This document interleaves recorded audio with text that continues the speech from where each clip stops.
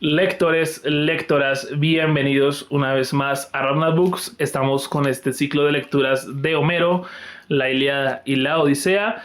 En el video anterior, en los últimos dos videos, de hecho, tienen mis opiniones y mis comentarios sobre lo que fue mi lectura de la Ilíada. Y así como hicimos con esa, vamos a hacerlo en este caso con la Odisea.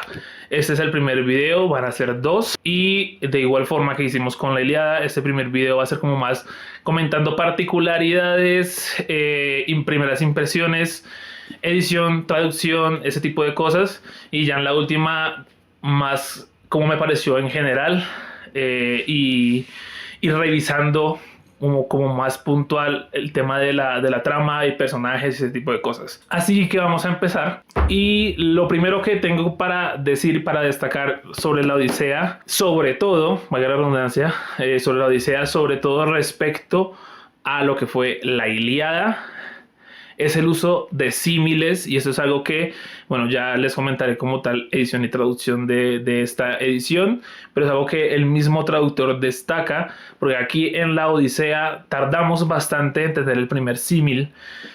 En cambio, en la Ilíada es un tema constante y a mi gusto, a mi parecer, se vuelve repetitivo, se vuelve bastante monótona la lectura, justamente por ese uso tan constante y reiterativo del tema de los símiles. Es decir, así como las aves surcan el cielo, yo no sé qué, bla, bla, bla, bla, así mismo los guerreros atravesaron ese tipo de cosas.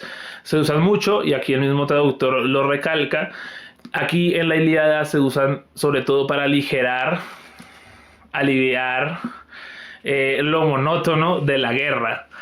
En mi caso fue más bien al revés. La guerra aliviaba lo monótono de los símiles, pero bueno, es algo a destacar. En cambio aquí en la Odisea no pasa. Los símiles se usan poco y se usan para cosas muy puntuales en las que sí le hallo más sentido.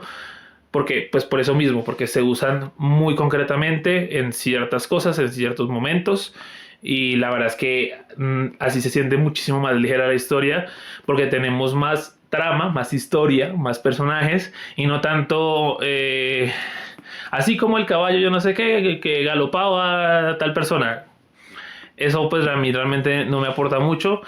Si esa es la intención real, que es lo que recalca aquí el traductor, que es Luis Egalay y Estaleya en ambas, pues si ese era el objetivo aquí en la Ilíada, para mí, en mi caso puntual, no se logra. En cambio aquí sí tenemos como justamente ese alejamiento, ¿no? Esa separación de la monotonía en la lectura, y de hecho es gracias a que no se emplea el recurso. Otra cosa que destaco también mucho es justamente la forma y la diferencia que hay entre la narrativa de la Odisea y la narrativa de la Ilíada. La narrativa de la Ilíada, más allá de ese ciclo que les destaqué en el último video de la Ilíada es muy lineal. Por el contrario, tenemos a la Odisea, que empieza contándosenos, uno, desde la perspectiva de Telémaco, el hijo de Odiseo, el hijo que dejó Odiseo en Ítaca, y por el cual de hecho Odiseo no quería la guerra. Empezamos desde su perspectiva viendo cómo los pretendientes de su madre están todos constantemente acechando en el palacio, buscando quedarse con el puesto, con la posición y con el poder de Odiseo. Y vemos a Telémaco lidiando con todo este tema, viendo cómo los pretendientes se acaban básicamente todo lo que tiene el palacio de Odiseo, las reses, los corderos, el vino, o sea, están acabando con todo porque han pasado muchísimos años justamente en esa dinámica, y ya Telémaco, que ya ha crecido, ya no es un niño, ya está cansado. Entonces Telémaco lo que hace es que parte con ayuda de los dioses. Por supuesto, aquí tenemos muchísima participación de los dioses, de pronto no tan directa como tenemos en la Ilíada, pero participación de los dioses hay. Con la participación de los dioses de Atenea, que es la diosa que siempre ha cuidado de Odiseo y ahora lo hace con Telémaco. Bueno, viaja y va y visita a dos personajes puntuales, a los que les pregunta si saben algo de Odiseo, y bueno, averigua ciertas cosas. Mientras tanto, Odiseo está en la isla de Calipso, y lleva ya atrapado solo con Calipso, sin tripulación, sin nada, muchos años también, y es también gracias a intervención divina que Calipso lo libera, ¿no? Porque está ahí. A ver, no está necesariamente en contra de su voluntad, porque no es como que si él se quiere ir tenga todo para ir si no se lo permitan, sino que no tiene forma de irse y Calipso aprovecha eso pues para mantenerlo ahí, porque ella sí tiene forma de darle los recursos para que se vaya, pero no se los da. Entonces pues nos dice que Odiseo se pasa los días enteros llorando en la playa y luego va y se goza en la cama con Calipso, pero bueno, eh, dualidades que vamos a ver constantemente, que seguramente hablaremos en el segundo video. Pero entonces iniciamos en este punto central, o sea, como en la mitad más o menos de la historia de la travesía de Odiseo. Y es a partir de estas dos historias, por un lado Telémaco, yendo a visitar a Néstor, sí, perdón, a Néstor, al anciano, uno de los sabios que siempre estuvo presente en la Ilíada, y a el rey Menelao, se va hasta Esparta a visitar a Menelao a preguntar si sabe algo de sus padres. A través de Telémaco tenemos cómo fue el tema, cómo terminó en una parte de la guerra y cómo fue en otra parte el tema del regreso de algunos de los personajes de la Ilíada a sus hogares, sin muchas noticias de Odiseo en este caso. Y luego, justamente cuando los dioses interfieren y se libera a Odiseo, o sea, Calipso se ve obligada a dejarlo partir y ayudarle a partir. Pues entre las aventuras y esto, él llega a otra isla y demás. Como recuerdo, como una especie de relato hacia otros personajes, Odiseo nos empieza a contar desde el principio de su travesía, es decir, cuando ya acabó la guerra de Troya y sale de Troya, nos empieza a contar su viaje. Entonces, iniciamos como en el nudo, por así decirlo, uno de los tantos nudos que tiene el viaje de Odiseo, y nos regresamos y vamos viendo poco a poco por todo lo que pasó hasta llegar a ese punto, y ya seguramente cuando acabemos ahí, pues empezaremos a ver lo que termina de ocurrirle a Odiseo hasta llegar finalmente a Ítaca. A mí esa estructura me parece bastante más interesante porque es, ok, tenemos a Odiseo en este punto, ¿cómo carajos llegó ahí, no? Porque cómo termina solo, únicamente con Calipso, sin barcos, sin absolutamente nada de lo que se llevó de Troya, sin tripulación, sin nada, sabiendo que salió como con 12 naves, luego nos enteramos que salió con una flota bien grande, y está ahí atrapado solo. Y es que si no es por intervención divina, él no sale de ahí nunca, ¿no? Entonces, ¿cómo llegamos a ese punto? Entonces, es bien interesante devolverse a ver todas las estupideces que hizo Odiseo para estar ahí y a partir de ahí ir siguiendo con la trama hasta su conclusión. A mí particularmente me está gustando mucho esa dinámica, me parece bien interesante, y creo que eso ha hecho que me fluya bastante más. A ver, llevo en tiempo... Desde que empecé a leer el libro, creo que llevo lo mismo que tardé en llegar a la mitad de la Ilíada, pero he leído bastante menos, o sea, le he dedicado menos tiempo de lectura a la Odisea y ya voy pasando la mitad de la lectura. Bueno, por ejemplo, otra cosa a rescatar o a destacar, perdón, sobre todo respecto a la Ilíada, es que tenemos muchísimas historias pequeñas o mitos, por así decirlo, que se nos van mostrando y se nos van comentando a través de la historia de Odiseo. Tengo bastantes más posits interesantes, que son esos blancos que puede de pronto ver acá arriba, que no son, que bueno, los que ya lleven un tiempo acá sabrán que mi sistema es lo de arriba, trama, los anchos que son cosas importantes de la trama, y los laterales de colores, en este caso, son cosas, frases chéveres o momentos de escritura chéveres y ese tipo de cosas. Pero he decidido, a diferencia de lo que hice aquí en la Ilíada, que los puse acá arriba, los puse aquí al lado, porque no son como cosas importantes necesariamente de la trama, sino son cosas a destacar, X, que quiero investigar después. Entonces, otra vez, igual que en la Ilíada, tenemos el tema de Eneas, la Eneida de Virgilio, que termina fundando después Roma. Se menciona, por ejemplo, aquí, cosa que me gustó, el faro de Alejandría. Hacen paralelismos de Agamenón, que es el que termina desencadenando todo el tema en cierta forma, ¿no? En cierta forma de la Ilíada, y Odiseo, que pues la Odisea, por supuesto, cosas que yo tenía referenciadas de cultura popular, de videojuegos y demás sobre Ulises, como el tema de él y su arco, que llevo a la mitad y apenas se ha mostrado, pero sí es algo que yo tengo muy presente, muy grabado, que es como, ok, Ulises y su arco, él es muy bueno con el arco y ese tipo de cosas. Por acá hay un pasaje en el que se menciona y lo tengo puesto, los lotófagos, que si como yo no se han leído los libros de Percy Jackson, pero si se han visto las películas y o la serie, tienen presente el casino al que visiten en un punto de la historia, y lo que comen allá es flor de loto y hace que se olviden de dónde están y de a dónde iban a ir y ese tipo de cosas.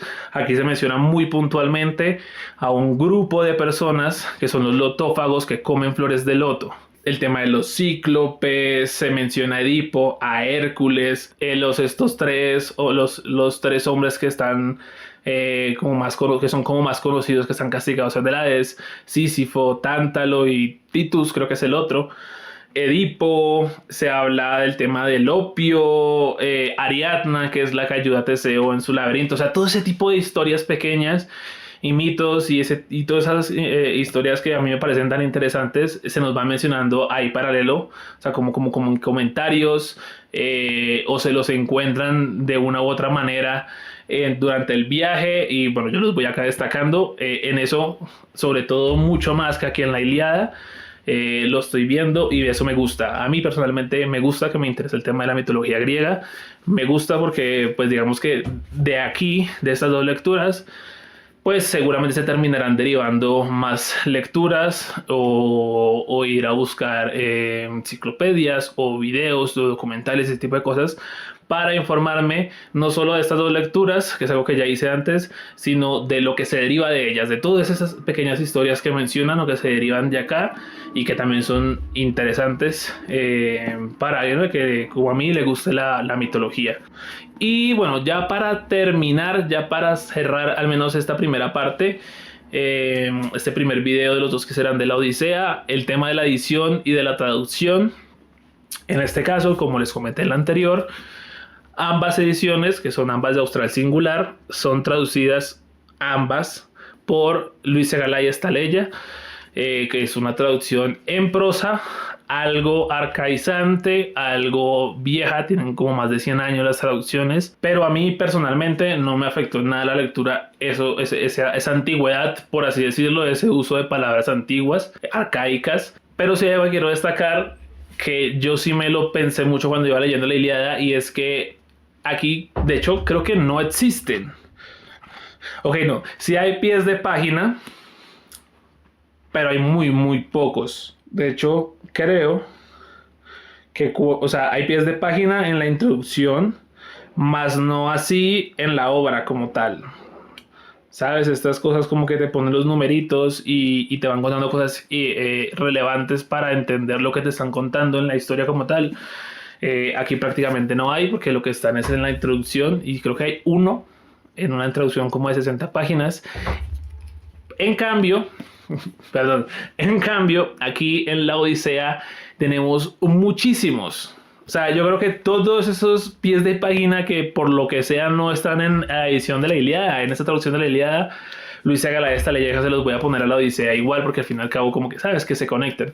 Entonces hay muchos, quizá ya hasta demasiados pies de página, y muchos pies de página son como esto también lo vemos en la Ilíada, ¿no? O esto hace referencia a esto que en la Ilíada, que significa esto.